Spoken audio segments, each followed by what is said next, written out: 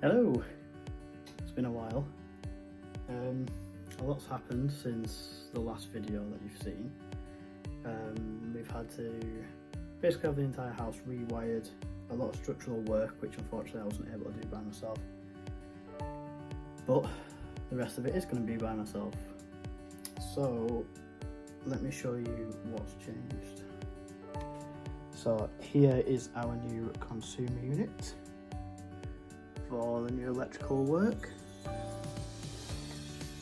So we found the house had actually been completely bodged, all bodged together, random electrics, random missing things. Yeah, but so it's alright in the end because we also needed all the new fire detectors all wired in anyway to pass building regs. So first thing is this new staircase. Staircase there with a little bit of storage, plug socket. See if we can get a good angle from the side. Still need a little bit of work here. Actually, that's going to chop off, chop off and go all the way to the ceiling. Then that gap will be bridged with plasterboard. There will be a door going on here and obviously railings when we're ready for them. Let's take upstairs. Got these lovely lights. You can see there's a second one here. They are a little bit too low, so I will be moving them a little bit higher. Yeah. So all the insulation actually got delivered today, and it was raining, so I've had nowhere to put it. So the area is a bit blocked. So we shall start with my little worktop area. Here's our landing light. We decided to go with one on the wall instead of on the ceiling, because you see they're completely vaulted to the top. There are no flats. This ceiling, this was the original height of the ceiling. This was, I believe, 8.2 feet. This is now 10.4 to the floor level I'm stood on. And we had to raise the floor of what I'm stood on anyway to meet the building regs for the amount of insulation underneath the floor and reinforcing, obviously. So this is where I've been working out of. This is our temporary light situation because the insulation's due to go in. So this is my little work den. Absolute mess, but it's doing the job for me so far. I've had to move it around so many times, it's just hard to keep organised. Okay, next area. This is bedroom number 1. Same situation with the lights here, nice Velux. This is the party wall here to next door. This is just a very thin stud wall I've put with fiberglass insulation for the soundproofing requirement for building regs as well. You can see a little bit poking out there, and I need to finish the top.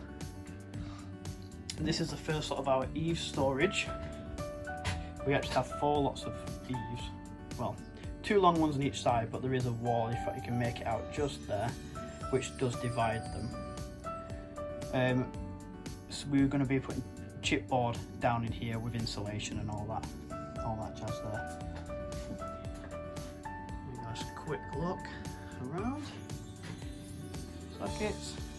As you can see here, if you can make that out, this is where our radiator pipe's coming up for our radiator for this bedroom to sit here. Where next? Let's go. Let's ignore my have to squeeze through this gap. So this is currently our storage room for everything that's going into the eaves. As you can see, there's quite a lot of it there. So this is bedroom number 2. There is a boiler in here, but this will be getting moved downstairs because the kitchen is directly below this, so we just need to turn the pipes on and go down. But for now, we've had wired in a CO2 detector just in case we end up moving into this room before we get round to moving the boiler. Right, so we have these boards out of the way.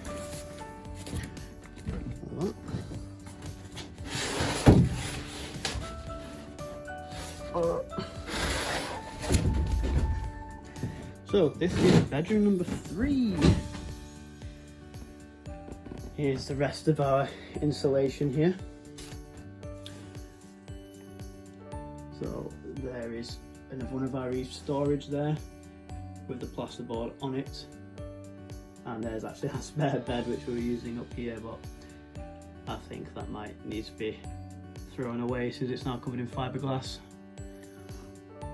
This was actually originally our bathroom up here, and the wall should have landed about here, but because of the way the Velux windows have landed with this large beam here, we had to move this over, which made it big enough to actually be a bedroom now, because this is about 6 feet roughly about here, and obviously this goes all the way up to 10.4, so it's quite a large pitch. So this workshop area was just going to be storage, just like a large loft space, but this is now going to be our bathroom. You can see we've already had it plumbed in with the waste. Unfortunately, because of its location, this is where the toilet's actually going to go. There is a macerator system that we need, which is going to come over this way and over that way. I mean, you can see the actual waste for the bath and the macerator here. They'll be plumbed in together and then pumped outside. Oh, let's come back to this room. Just try to give you a feeling of how tall these ceilings actually are. So these boards are 2.4 meters long by 1.2 meters wide. And if you look here, there's actually the plasterboard, which is the same dimensions. And there's a whole other plasterboard, another dimension there. And just a little bit there, that one's only, what, 40, 50 centimeters or something to the ceiling to get to our 10.4 feet. Oh, and as you can probably see from the brickwork here, we've actually had to have a new window put in for the fire regs as well. And this is our remaining sheets of plasterboard. And we've got the 6 sheets. Probably going to need some more. Between all of the walls, between all the, well, in all the studs between the rooms, they are actually getting fiberglass insulation in between there because we have so much left over because our eaves was just loaded with it. And the ceiling is all going to be Celotex. There we go. Okay. I guess it's time for the fun of insulating all of this.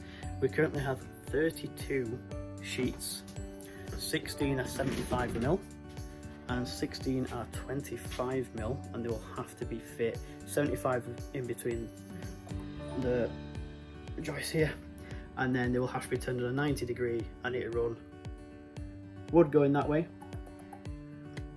So the 25mm can fit because we need 100mm to pass our building regs inspection.